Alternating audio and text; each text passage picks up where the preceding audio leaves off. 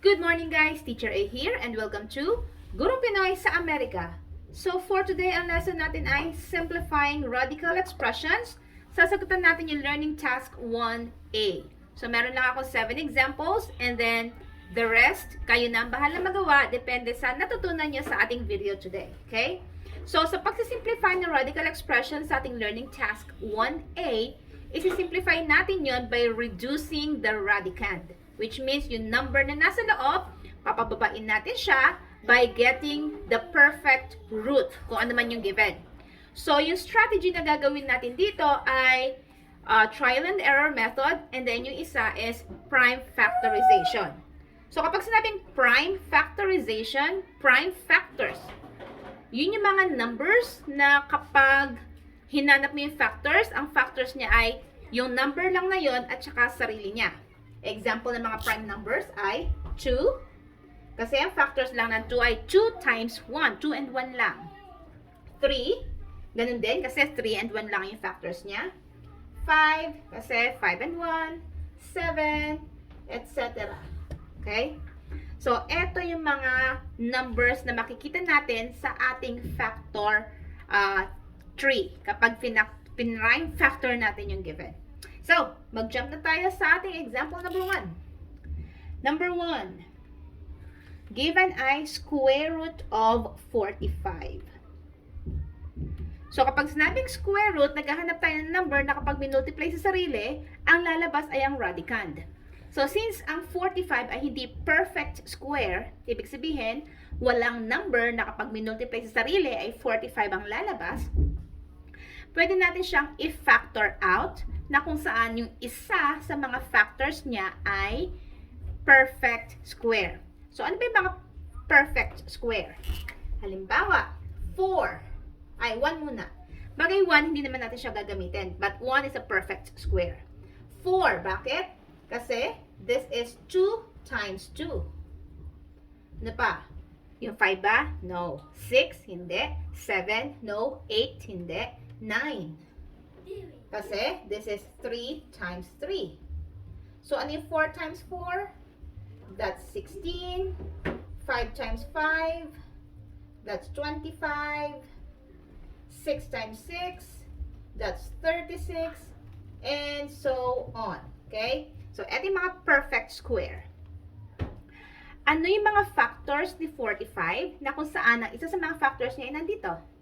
So, that's 9. Kasi si 45 ay 9 times 5.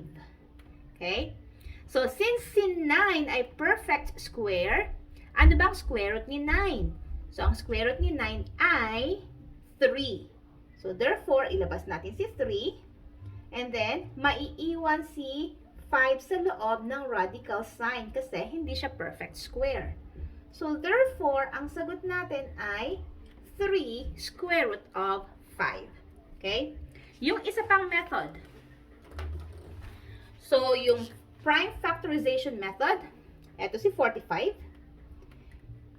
I-factor out natin siya hanggang sa pinaka extremes. Yun nasa dulo ng ating tree, factor tree ay mga prime numbers.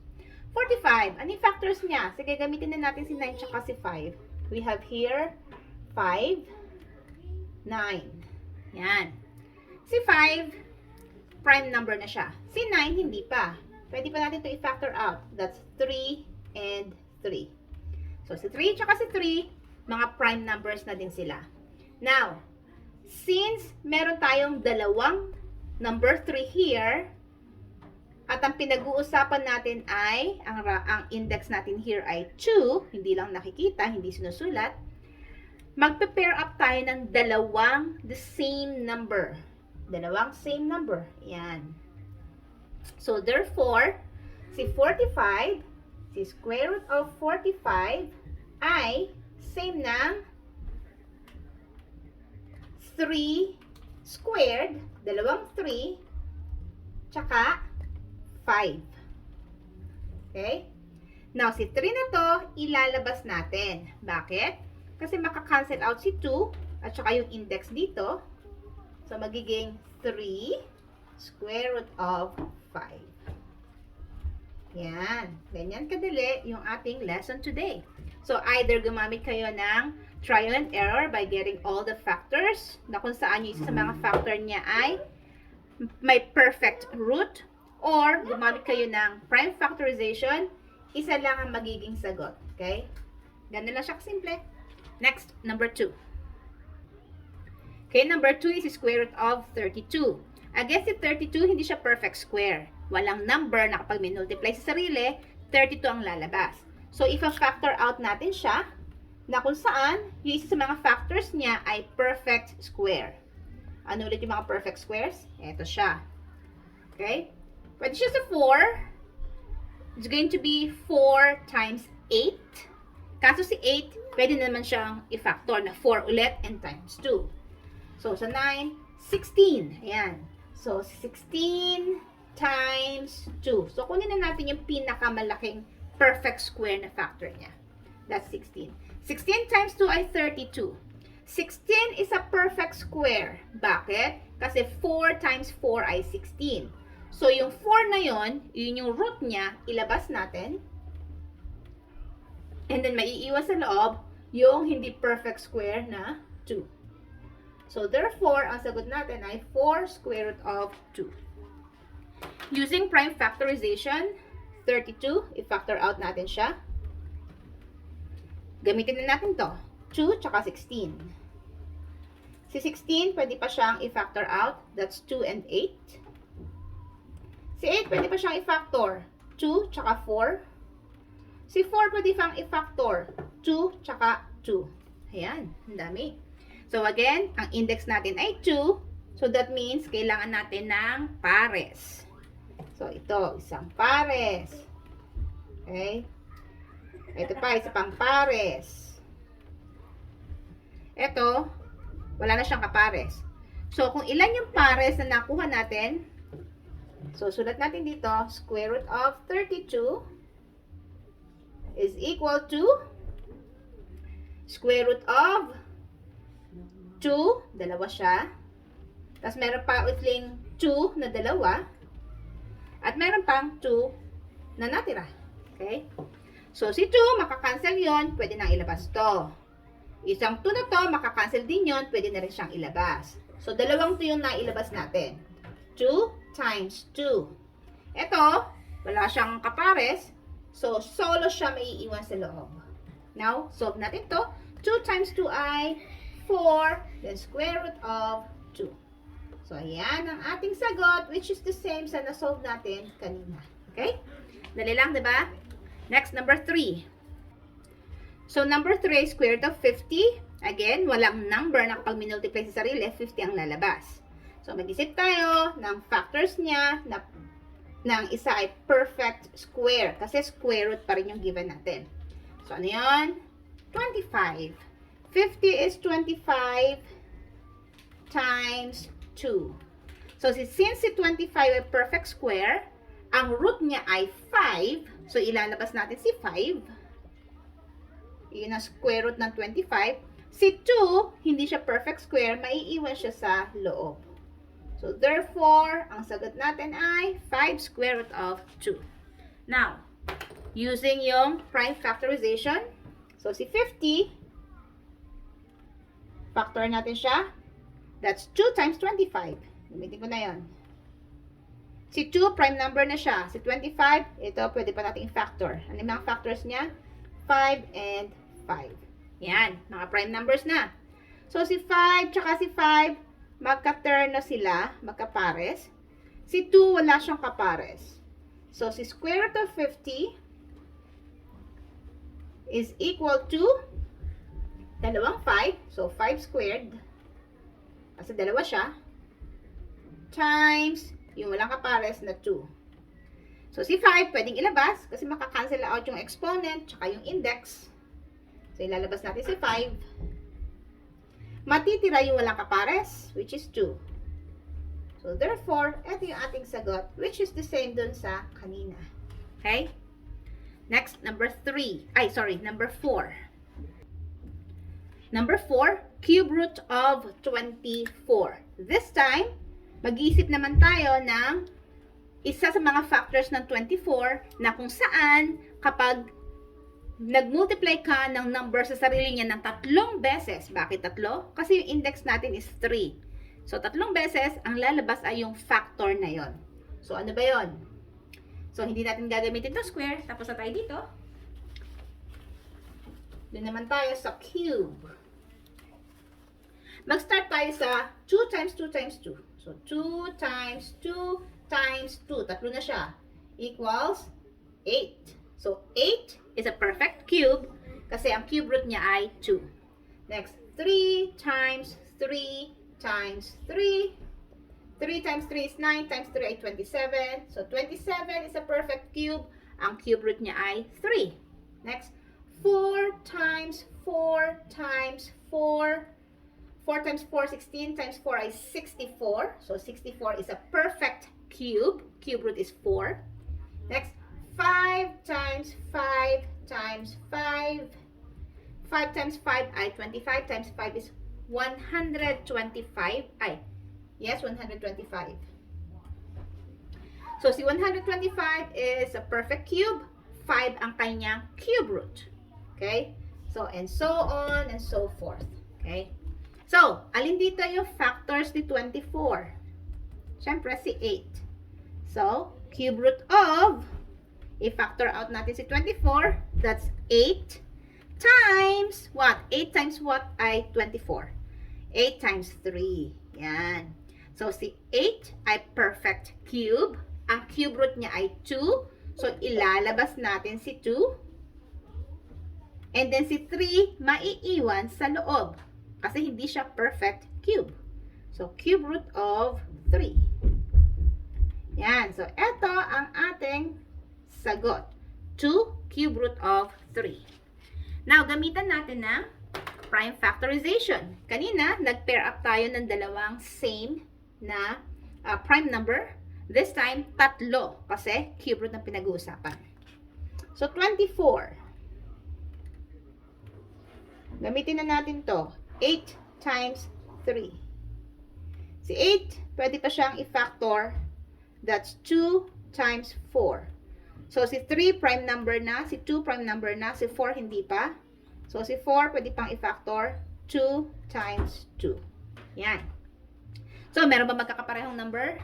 Yes, si 2. 1, 2, 3. So, isusulat lang natin siya as 1 sa loob ng radical sign later. Okay?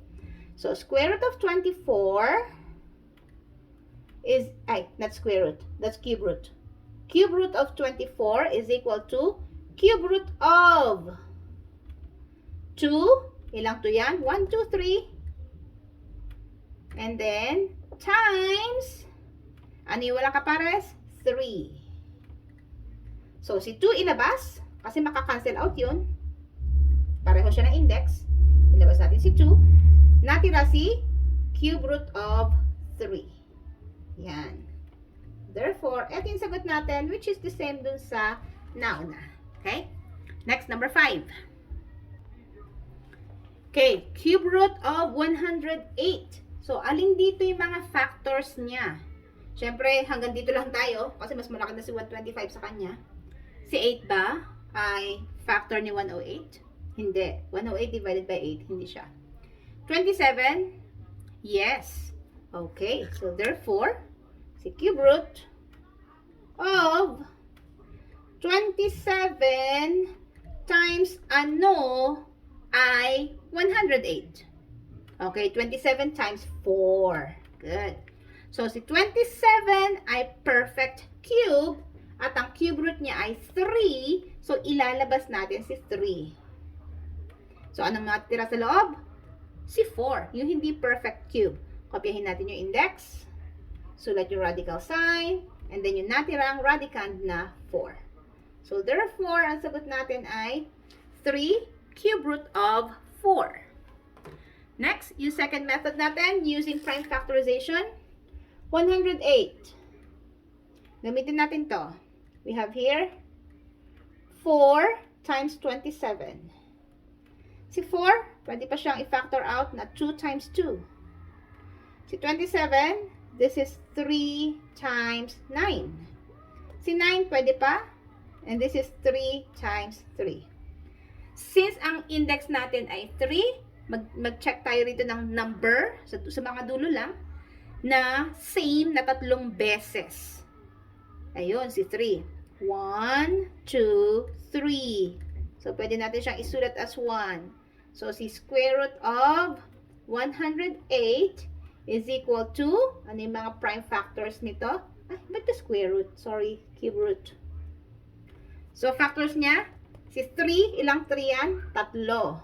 Times, ano yung natira? 2. I said 3. Pero yung sinulat ng marker ko ay 2. Ano ba yan? 3. There. And then 2, ilang 2 yun? 2. So, since cube root ang pinag-uusapan, eto yung makakancel out, may ilalabas natin si 3. So, si 3 na ilabas natin. Si 2 ilalabas ba natin? Hindi. Kasi, naka-square lang siya. Ang index natin ay 3. So, maiiwan pa rin siya sa loob. Cube root of 2 squared. So, ano ba yung 2 squared? That's 2 times 2, which is 4. So, that's 3 cube root of 4. So, eto yung ating final answer, which is again, similar dun sa na-solve natin kanina. Okay? Next, number 6. So, ang given natin ay 4th root of 625. So, hindi na natin magagamit to. Kasi itong mga numbers na to ay mga perfect cube. Ang index natin ay 4. Ibig sabihin, itong mga numbers na to, minumultiply naman dapat sila sa sarili nila by 4. Ay, ng 4 na beses, not by 4. Ng 4 times. So, 2 times 2 times 2 times 2 times 2 ay, so 2 times 2 ay 4 times 2, 8 times 2 ay 16. So, 16, meron siyang 4th root. Okay? At ang 4th root niya ay 2. Si 3 naman, so this is 27 times 3 ay 81. Si 4 naman, times 4, 64. So, 64. So, 4 times 4 ay 16. Times 4 ay 64. Times 4, so this is 16, carry 1, 24, 25, 256. So, 256, meron siyang 4th root, which is 4. And then, si 5 naman, so this is 125 times 5 is 625. Yan. So, eto naman yung mga factors na hinahanap natin. Okay? So, 4th root of 625. Mapapansin nyo sa list natin, eto siya. Sakto siya. Meron siyang 4th root. And that is 5. Yan. Hindi na natin ipa-factor out si 625. Kasi siya mismo ay may root. And that is 5. So, ito na yung sagot natin sa number 6. Okay? Now, check nga daw natin kung tama yan using prime factorization. So, 625. So, this is 25 times 25. Si 25, this is 5 times 5. 5 times 5 din to. So, puro 5. Ang pinag-uusapan natin ay 4th root. So, ibig sabihin, kailangan 4 na same number yung mahahanap nating magkakapares. So, check. 1, 2, 3, 4. Okay, i-rewrite natin siya as 1 sa loob ng ating radical sign. 4th root of 625 is equal to 4th root of 5. Ilang 5? 1, 2, 3, 4. Exponent niya ay 4. Index natin ay 4. Makaka-cancel out na siya. Natira ay 5. So, ilabas natin si 5. Meron bang matitira sa loob? Wala. Kasi wala naman siyang ibang kasama. Wala na ibang prime factor. 5 lang. Which is the same dun sa kanina. Okay? Last number, number 7. So, number 7, iba na naman yung index natin. We are looking for the 5th root. Okay? So, 5th root of 64. So, hindi na naman natin magagamit to kasi kailangan yung hinahanap natin, yung number na kapag binultiply sa sarili niya ng 5 times. Okay? So, 4 lang to. Times 2 ulit. Lagay ko na sa harapan. 2 times 2, 4 times 2, 8 times 2, 16 times 2 is 32. Times 3 to. So, kanina, 3 times 3 ay 9. 27, 81. 81 times 3 ay 243. So, this is 243. Oh, hindi ko na siya itutuloy, pero ganyan ang process. Kasi nakita ko, 64 lang siya. Nasa 200 na ako. So, hindi ko na magagamit to.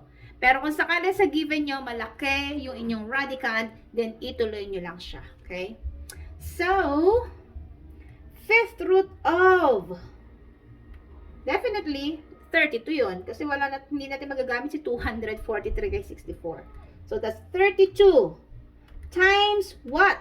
Ay 64. Okay, times 2. So, si 32 ay merong root, fifth root, and that is 2. So, ilabas natin si 2. And then, kopyahin natin yung index na 5. Isulat yung radical sign. And kopyahin yung naiwan, which is 2. So, therefore, ang sagot natin ay 2, fifth root of 2. Let's check using ang ating prime factorization method. 64. Ano yung mga factors ni 64? Okay, that's 8 times 8. Si 8, pwede pa siyang i-factor out. That's 2, tsaka 4. Si 4, pwede pa rin. That's 2 times 2. Next, si 8 dito sa kabila. Yeah, that's 2 and 4. And then si 4 dito ay 2 and 2. Now, ilan na hinahanap natin? 5 magkakapareho kasi ang index natin ay 5. Ito sa dulo yung mga prime numbers natin. So, we have 1, 2, 3, 4, 5. Yan. Susulat natin siya as 1 later. Okay? So, we have here, fifth root of 64 is equal to fifth root of 2 to the fifth power. Ito yun, yung 5 binilugan ko. Merong isang natira na 2. Yan. So, itong 2 na to, pwede natin ilabas kasi makakancel out yung exponent niya. Tsaka yun, lalabas natin siya. At yung walang kapartner, maiiwan sa loob. Fifth root of 2. Yan. So, therefore, ang sagot natin, syempre, katulad ng kanina, ay 2, fifth root of 2. So, that's it. Kung natuto kayo sa aking lesson, sa aking video, kindly give me a like para share to ni YouTube sa iba. And again, if you're not yet a member of my community, I'm inviting you to please mag-subscribe po kayo sa akin, Teacher A, Gurong Pinoy sa Amerika. And pakilike na rin po ang aking FB page with the same name, Gurong Pinoy sa Amerika by Teacher A. That's it for today. See you on my next video. Paalam!